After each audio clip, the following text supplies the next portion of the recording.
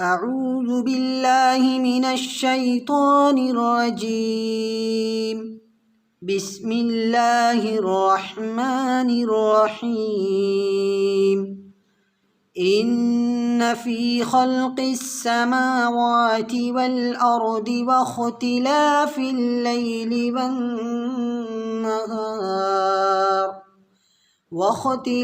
الليل والنهار والفلك التي تجري في البحر بما ينفع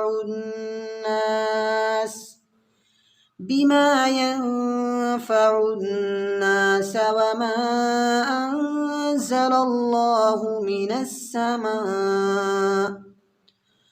السماء من ماء فأحيا به الأرض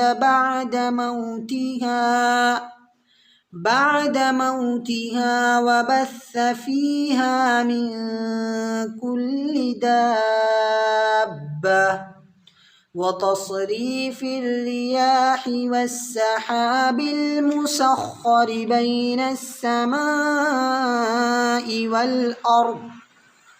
بين السماء والأرض لآيات لقوم يعقلون. ومن الناس من يتخذ من دون الله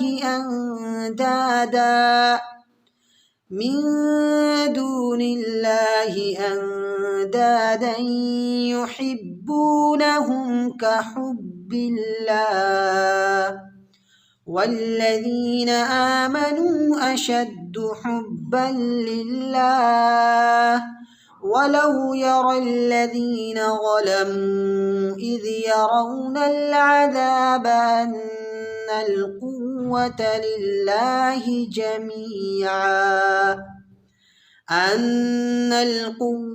لله جميعا وأن الله شديد العذاب.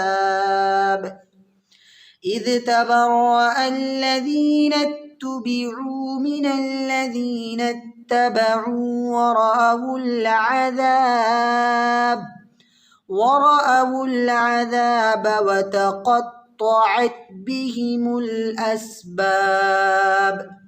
وقال الذين اتبعوا لو أن لنا كرة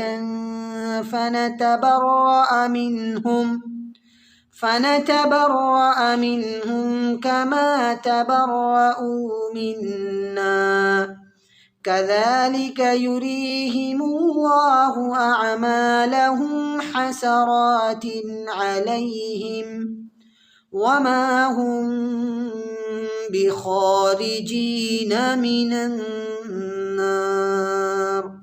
صدق الله العظيم.